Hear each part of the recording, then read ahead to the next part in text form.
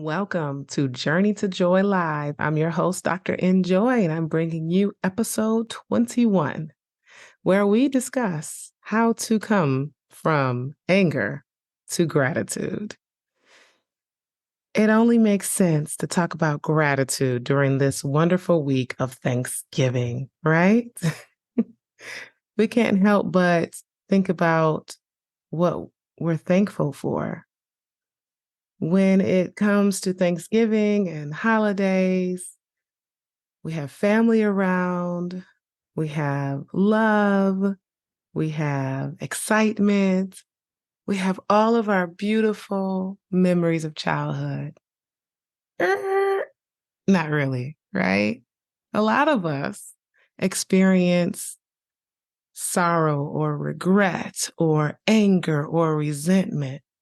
Of course, there's a lot of us that do experience the joy and the fluffiness, but I'm here because there are some people that don't experience that. There are people who experience the memories of loss, the memories of something that's been done wrong to them. Someone undid them wrong, and they're harboring anger and unforgiveness and trauma. Last week, I talked a lot about trauma and how we can choose joy in the face of trauma, how we can enter our journey to joy in the face of trauma. So now this week, we're talking about anger. Anger could be because of trauma. Anger could be because of anything. Anger is a secondary emotion. You don't get diagnosed with anger. You're allowed to experience anger, but anger can lead to a lot of different things. And what I mean by secondary emotion is that there's usually something else going on that's leading to that anger. So if you have depression, that can lead to anger. If you have anxiety, that can lead to anger, stress, feeling overwhelmed, fears, worries, a lot of that can lead to irritability and anger. Is it possible to experience gratitude? Why should I experience gratitude? Can I just be angry? Right? A lot of people feel that way. Like, oh, you're talking about the holidays and I should be happy. Well, I just want to be angry. Well, I'm here to tell you why it's important to try your best to choose joy and choose gratitude and not choose anger. It's not as easy as, okay, well, fine, I choose joy. I won't be angry. It's not that easy. I know that. It goes along with entering that journey towards gratefulness, entering the journey towards gratitude, the journey towards joy. Some people may have difficulties managing their anger. And of course, when it gets to that point, that is when I discuss seeking support, seeking help, talking to someone, a therapist. Some people need medication to manage their anger, and that's okay too. But why enter towards that journey of gratefulness? Why try to turn your frustration into appreciation? Because anger has a great impact on our health. It has a great impact on our mental health and a great impact on our physical health. And that impact is not positive. Let's talk about that. The mental health impact of anger disrupts our stress hormones. We have hormones in our body. Everybody does. And when you experience anger, your body releases stress hormones like cortisol and adrenaline. And when you have chronic exposure to that, the more you're angry, the more exposure you have to those hormones, it leads to increased stress, anxiety, and potentially contributes to actual mental health disorders. So you don't want that, right? The anger leads to more anger. The stress leads to anger, and then the anger leads to more stress. It's all a vicious cycle, and it impacts our emotional well-being. Frequent or intense anger can strain relationships and lead to feelings of guilt and regret and isolation. It can contribute to the development or exacerbation of mental health conditions such as depression and anxiety. So, when I mentioned that anger is a secondary emotion, you can be depressed, and that leads to increased anger. But also anger can lead to increased likelihood or increased risk to depression and anxiety. Again, a vicious cycle. So it impacts our stress hormones, our emotional well-being, and also our cognitive effects, our thoughts, the way we think. Anger can cloud our judgment. I think we all know that and impair the decisions that we make. When we get angry, our body, our heart rate goes up, our blood pressure goes up. You just feel yourself boiling over, and you are not thinking. You are just going straight to fighting or straight to make an impulse decision. Impulse decisions means you're not thinking. So it clouds that judgment. A lot of times when there's been murder, people are making these impulsive decisions out of anger because they're not thinking. People lose their lives over people being angry. I think we all know that. It leads to the impulsive behaviors, increasing the risk of making choices that you may regret and that could be harmful to you, others, or all of the above.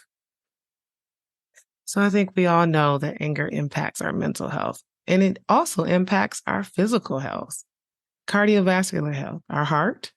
Intense anger can trigger a fight or flight response. I've mentioned that before, the fight response where you just want to fight. And then there's the flight response where you want to just flee, you want to fly away. So let's say you get angry at work, you're just like, you know what? I quit. That's like a flight response. Like I'm just gone. And then an hour later, you're like, oh my gosh, what did I do? I just quit my job. Or you yell at somebody, you curse at somebody, you offend someone that you love, and then that relationship is just gone because of that. It leads to rapid increase in your heart rate and your blood pressure. And over time, this chronic activation can contribute to cardiovascular issues like high blood pressure and heart disease. So anger, the more angry you get, the more it leads to these cardiovascular issues and really gets to you in a physical way. Your immune system, it impacts your immune system. Prolonged stress from anger can weaken the immune system, making you more susceptible to illnesses and infections. So now we got it impacts your heart, causing high blood pressure, heart disease, and now it impacts my immune system. So now I'm getting more infections. Think about that. Think about that. When you're stressed out and you start to get sick, you're like, I got a cold, I got the flu, I got COVID. Why I got all this stuff? I'm stressed out now, my physical. It's all related. It's all related. You angry and now you sick. It's related. Muscle tension. People who are angry, depressed, anxious, their muscles are tight. Muscle pain. Anger manifests physically, leading to this muscle tension and stiffness. Chronic muscle tension can contribute to headaches, migraines, and other physical discomforts in your body. Digestive problems. Anger can affect digestion and contribute to issues such as indigestion, irritable bowel syndrome, that's definitely related to mental health issues, and other GI issues. So we got the GI issues, indigestion, muscle tension, immune system, now you're getting sick, and then cardiovascular health. So it definitely impacts your mental health and your physical health. So is that convincing enough? I mean, it's okay to get angry, but at a certain point, we need to choose a path that's not anger. Choose joy, choose gratitude. I hope that's convincing enough. You don't want us to be sick because if you get sick and you stay sick, then that's less years of your life. So what can you do about it? Mindfulness and relaxation techniques. I talk about that a lot. Your mind, protect your mind. It's very important. Deep breathing techniques, meditation, yoga, that can help manage your anger by promoting relaxation and reducing this physiological effects or response that anger puts on you. You can practice those within the moment. When something makes you angry, you can practice those techniques. Breathing deeply, counting to 10.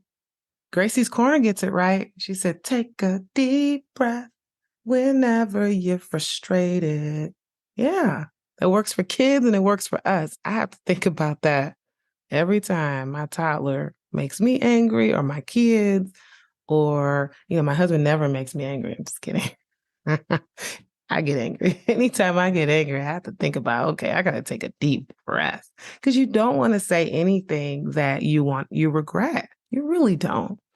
Choosing mindfulness. All right. I'm going to relax. I'm going to take a deep breath. I got this. Communication skills. That can be helpful. A lot of times when we're angry, we're not thinking. So learning effective communication strategies can help express your anger in a constructive way, reducing the impact that anger can have on relationships. Communication strategies can be learned in therapy. So seeking professional help if anger issues persist and significantly impact your daily life. Seeking the guidance of a mental health professional, a therapist, a counselor, pastoral help, spiritual guidance, medication. All of the above. Those things can help. Identifying triggers to your anger can be very helpful in order to avoid anger. Because a lot of people go 0 to 100. I see adult patients, I see kids who are patients, and a lot of the parents say, well, you know what, my child goes 0 to 100. And it's very difficult to get them back down to a place where they're not angry, or to get them to think straight so that they can choose gratitude or choose to use their coping strategies. Calm down. So taking a pause and breathing when anger arises is very important. Slowing down the mind and thinking and identifying what triggered me, what led to this emotion right now. And that's with any emotion: sadness, anxiety, fear. We're talking about anger. Identify the trigger and understand what your triggers are to anger, especially if you're noticing that you get angry more often than you feel like you should, or you're not able to manage it, or the relationships are being affected, your job is being affected because of your anger. Know the triggers, and knowing the triggers can help address them more effectively. Write them down. What is making me angry? A lot of kids, they get angry because they don't want to be told no, or they're being told to do something that they don't want to do, or they just don't want to listen. But as an adult, try to identify your triggers. Are you thinking about something from the past? Did someone just did you wrong, or they looked at you the wrong way? Sometimes it's just okay to brush that off your shoulders. Like, you know what? Maybe they're having a bad day. Where gratitude comes in at is finding the silver lining. I think that's all right. Find the silver lining in the situation. In challenging situations, consciously seek something positive or a lesson to be learned. Identify aspects of the situation that you can be grateful for, even if they seem small. What is something that can make you happy in the moment, even though you're angry? I remember, this is a stretch, but when Obama was going to no longer be in office. No, wait. No, it was the other way around. When he first was going to be in office, when he was elected. And if anything in my personal life happened that made me upset or worried, my silver lining was Obama's president. So, hey, if that's your silver lining, something like that, that's cool. I mean, we can't use that as a silver lining right now because he's no longer president, but I'm just saying. A lot of times I may think to myself, well, you know what? My toddler is making me upset right now, but I am grateful that I have a toddler. I'm grateful that I have a baby. I'm grateful that I have my 3 boys. Because when I think back, we struggle to have kids. I'm going to talk about miscarriages and loss at some point, but that is a thing. I am definitely grateful for my kids, and I am grateful that he shouts at me and tells me no. I'm grateful that he is mommy, mommy, mommy, mommy, mommy, mommy. And I'm like, ah. You know what? I'm happy to have him. Super happy to have him and super grateful. So those are ways you can think of that. When you're in that moment and you're just so upset at your child, think to yourself, you know what? There was a time when I didn't have one, and I am grateful that I have one. So that's a good example. Life can get hard, and without our silver linings, without the small things, without being grateful, it can just be even harder and then weigh in on our physical health and our mental health, as I mentioned before. So trying your best to squeeze out the positivity and think positive affirmations, choosing joy, choosing gratitude, that impacts your health in a positive way. Negative affirmations work. Anger works. It will impact your health in a negative way. So the other way around works too. Choosing joy benefits your health in a positive way. Practicing mindfulness, using mindfulness techniques to stay present in the moment when those things from the past start to get you, or something somebody did in the past. Trying to be mindful and thinking in the present. Mindfulness can come with meditation. It can come with grounding techniques I've mentioned before, or progressive muscle relaxation, especially when you get that muscle tension, tensing up your each muscle group at a time and then relaxing them. Again, YouTube can be helpful with progressive muscle relaxation techniques. Keeping a gratitude journal. If you are angry and not thinking and it crowds your judgment, you're not thinking about stuff that's grateful. You're not thinking about the happy stuff. But if you have a gratitude journal, and you've written down things you're grateful for, you've processed that when you are feeling good, then when you're angry, remembering to go back to that journal and saying, you know what, I'm having a really tough time trying to be grateful right now. Let me open up my gratitude journal. Oh, yeah, I did pass that big test this year. That is something for me to be grateful for. I did get that new job. I did get that raise.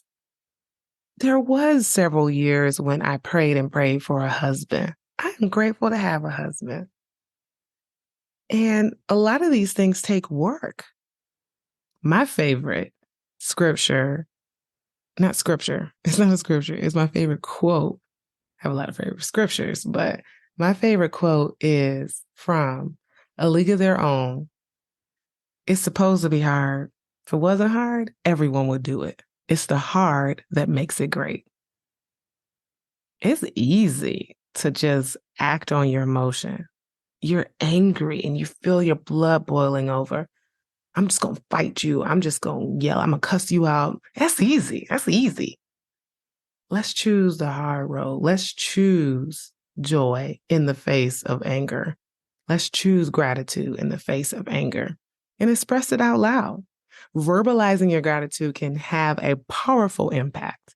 Express appreciation for people, experiences, even aspects of the situation that you might have overlooked.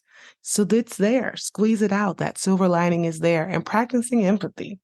Somebody that made you mad, maybe there's something going on with them. Maybe they had a loss. Maybe their trauma is triggering them. We all just triggered. Let's take the high road. Consider their perspectives and their feelings. Recognize that everyone has struggles. You're not the only one. And that this understanding can contribute to a sense of compassion. When you think of like, well, they're going through something too. I'm going through something. They're going through something. Let me just be more compassionate in the situation and calm myself down. Seeking solutions. Usually anger comes out of the fact that there's a problem at hand and there's a loss for a solution. Channeling that energy of anger into problem solving, where it's more helpful in the situation, is something that you should focus on. Focusing on finding constructive solutions rather than dwelling in the anger itself. Because the longer you're angry, the longer that problem is not going to get solved. It's not. Connect with support. Share your feelings with a trusted friend or a therapist. Discussing the situation can provide a different perspective and help you navigate your emotions. And lastly, self-compassion. Be kind to yourself in moments of anger. We all get angry. We all suffer from the effects of our anger. There's consequences, but get on that journey towards gratitude, towards joy, and say, you know what? I'm going to work on this. I'm going to work on my anger. I'm going to change my attitude to gratitude, my frustration to appreciation. You can even make a rap out of it. Do something. But work on it. You too can do it. You can experience joy. Identify your triggers. Seek the help that you need. Choose joy. You can do it. And give yourself compassion. So it's Thanksgiving week. Happy Thanksgiving. Thank you for listening.